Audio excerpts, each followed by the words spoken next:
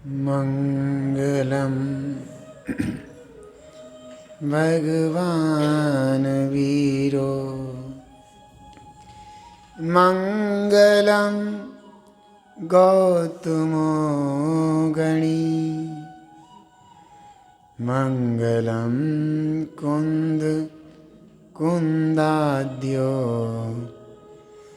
जैनि धर्मोस्तु मंगलम।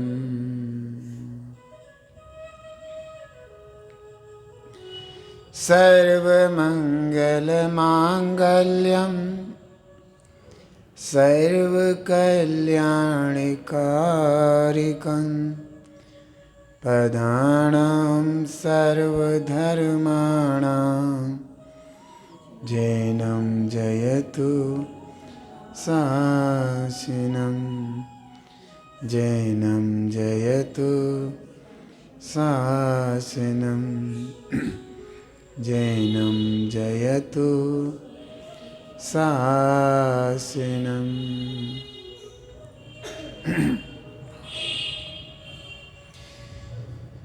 भव्य आत्मन, जैसा कि सभी को विदित है, आचार्य श्री रविसेन स्वामी द्वारा विरचित पद्म पुराण जी से रामचंद्र जी का कथानक चल रहा है।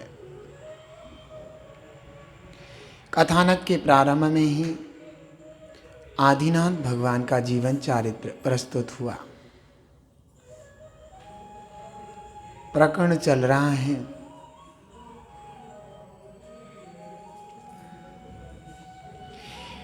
आदिनाथ मुनिराज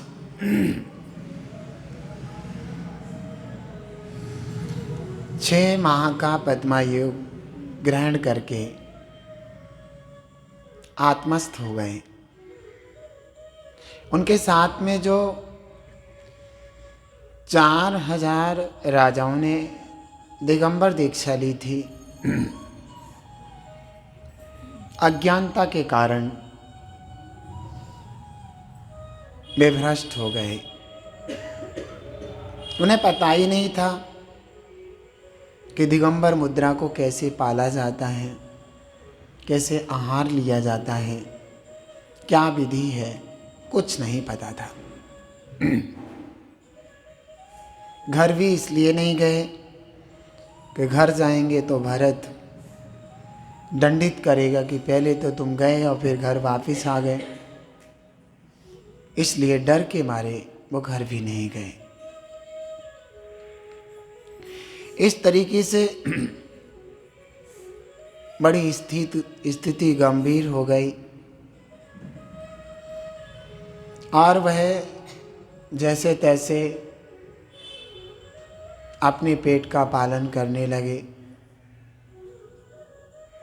उसके बाद प्रतिमा योग पूर्ण होने के बाद मुनि आदिनाथ आहारचर्या के लिए उठे। कोई विधि नहीं जानता था कि दिगंबर मुनिराज को किस विधि से आहार दिया जाता है। जब मुनिचर्या के लिए आदिनाथ उठते तो कोई सोना, कोई चांदी, कोई फल फ्रूट्स, अनेक प्रकार के गहने, जमीन जायदाद, वृक्ष, कन्या, अनेक चीज़ देने का प्रयास करते कि आप अगर इसको देख करके, इसको खाने से, इसको लेने से अगर आपकी विधि है तो हमारे घर आप आहार हेतु आएं, आहार ग्रहण करें।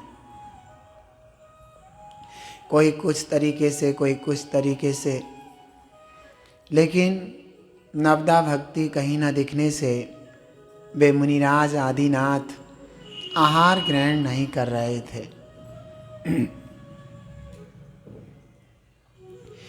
लंबा समय निकल गया लेकिन मुनि आदिनाथ का आहार नहीं हो रहा था।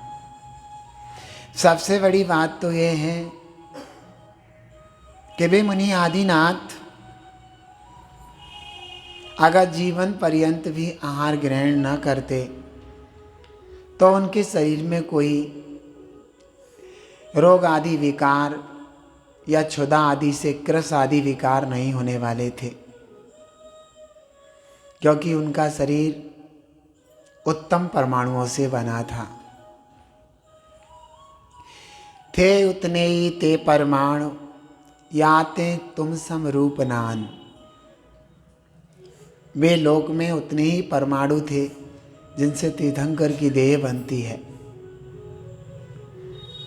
उनका शरीर कभी क्षीण होने वाला नहीं था, लेकिन आहार विधि को भी तो चलाना था, क्योंकि तीर्थंकर जो जीव होते हैं वो शिक्षक होते हैं। उनका जीवन लोगों के लिए शिक्षा प्रदान करता है। आगे आने वाले समय में मुनिराज कैसे आहार ग्रहण करेंगे, उनकी क्या विधि होती है, ये सब तो उनको अपने जीवन के माध्यम से दिखाना ही था। और वो निरंतर आहार के लिए उठते। नवदा भक्ति न मिलने के कारण वो वापिस आ जाते। ये प्रतिदिन ऐसा चल रहा था।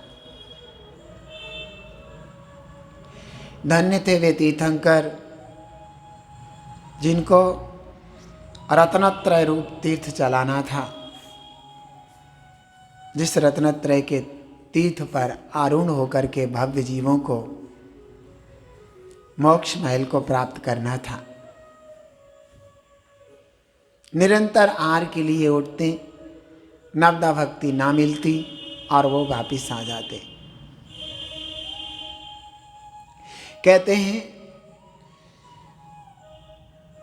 जीवों का दानांतराय और उनका लाभांतराय कर्म का जब क्षोभसम हुआ, कुछ दबा, तो फिर वे एक दिन आहार के लिए उनको उठना था। तो राजा श्रेयांश उनको एक स्वप्न आता है और वो स्वप्न में देखते हैं कि मुनिराज का आहार नवदा भक्ति पूर्वक कैसे होता है। ऐसा कुछ स्वप्न देखते हैं और उन्हें पता चलता है कि मुनिराज आदिनाथ अनेकों महीने से आहार के लिए उठते हैं, लेकिन आहार प्राप्त नहीं होता, नवदा भक्ति नहीं मिलती। तो वो तुरंत ही अपने महल से बाहर निकल करके उसी स्थिति में, जिस स्थिति में आहार दिया जा सकता है, आहार के योग्य होकर के पड़गान करते हैं और नवदा भक्ति पूर्वक पड़गान करके प्रथम बार मुनि आदिनाथ का राजा सोम श्रेयांश के यहाँ आहार होता है। उनका महल, उनका घर द्वार, वह नगरी धन्य हो जाती है। आप देखिए, वह शुभ स्थान था हस्तिनापुर नगर, जहाँ पर उनका आहार हुआ था। आप देखिए, महाभाग्य वो सोम श्रेयांश जिन्होंने अपने कर कमलों से उनको आहार दान दिया, मुनि आदिनाथ को।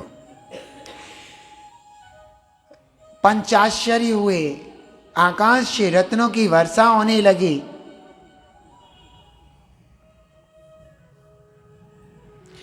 अनेकों देव देवियां नृत्य करने लगे, पुष्पों की, दिव्य पुष्पों की बरसात होने लगी। राजा सोम श्रेयांश के लिए धन्य धन्य के शब्द देवों ने अंगीकार किए, उच्चारण करने लगे। अरे वाह, संपूर्ण नगर धन्य हो गया। और वे मुनि आदिनाथ शांत भाव से आहार लेकर के निर्जन वन में चले गए और अपने आत्मा का ध्यान करने लगे। भव्य आत्मन, दिगंबर मुनिराज का आहार भी एक महान पुण्यदायक आहार होता है।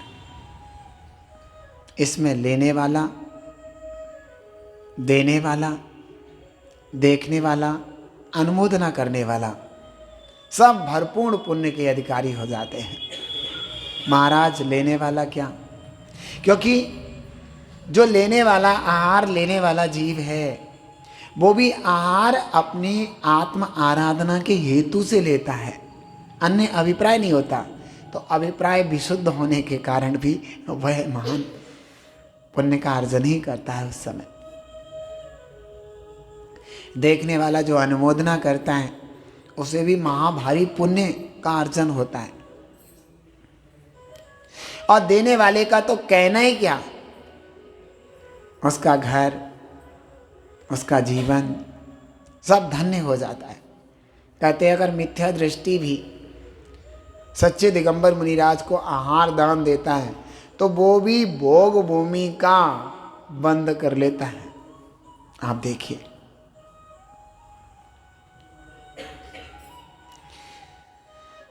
धन्य है वह मुनिराजपना, धन्य है वह दिगंबर अवस्था, धन्य है वे लोग जो दिगंबर मुनिराजों को आहार देते हैं। धन्य है वो घर जिनके यहाँ मुनिराज जाने से घर के परमाणु परमाणु विशुद्ध हो जाते हैं। निस्वार्थ निरंतर आत्मविशुद्धि की भावना हर जीव के अंदर पवित्रता प्राप्त हो, ऐसी भावना रखने वाले वे मुनिराज निस्वार्थी होते हैं। किसी भी प्रकार का उनके मन में स्वार्थ नहीं होता, बड़े विशुद्ध मन वाले होते हैं। तो इस तरीके से राजा सोमश्रेयांश ने महान पुण्य का अर्जन किया मुनि आदिनाथ को आहार दे करके।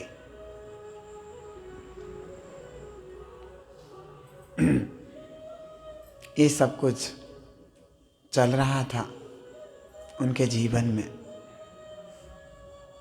आप देखिए उस समय का वो वातावरण कितना अनोखा, कितना धन्य होगा। उन लोगों का जीवन कितना पवित्र, कितना निर्मल होगा जो वहाँ उन्होंने तीर्थंकर को देखा। लेकिन आज तुम भी कम धन्य नहीं हो, क्योंकि अभी से कुछ वर्षों पूर्व, 200-250 वर्ष पूर्व कोई दिगंबर मुनिराज दिखते नहीं थे। उस समय के वे कवित्व लिखने वाले, पूजाएं लिखने वाले पंडित लोग कह कह के चले गए कि दिगंबर अवस्था में रहने वाले वो जीव कैसे होते होंगे, किस तरीके से पिच्छिका कमंडल लेकर के अपनी आत्मा की आराधना करते होंगे, कैसे नगन दिगंबर रूप को धारण करके लोगों के बीच में रहते होंगे, चलते होंगे, आहार हेतु आते होंगे, और कैसे उनको लोग आहार देते होंगे। आप देखिए आज तुम्हें ऐसा अभ्यास है तो दे रहे हो। एक नगन दिगंबर वेश में खड़े मुनिराज, उनके हाथ में आप गिलास सहज रख देते हो। कितनी तो तुम्हारी विशुद्धि और पवित्रता, और कितनी उन मुनिराज की विशुद्धि और पवित्रता, इन दोनों को देखिए आप। हमारे घर में लड़के तो होते ही हैं, छोटी छोटी बच्चियां भी होती हैं, वो भी मुनिराज को कितने भाव विशुद्धि से नमस्कार करते हैं।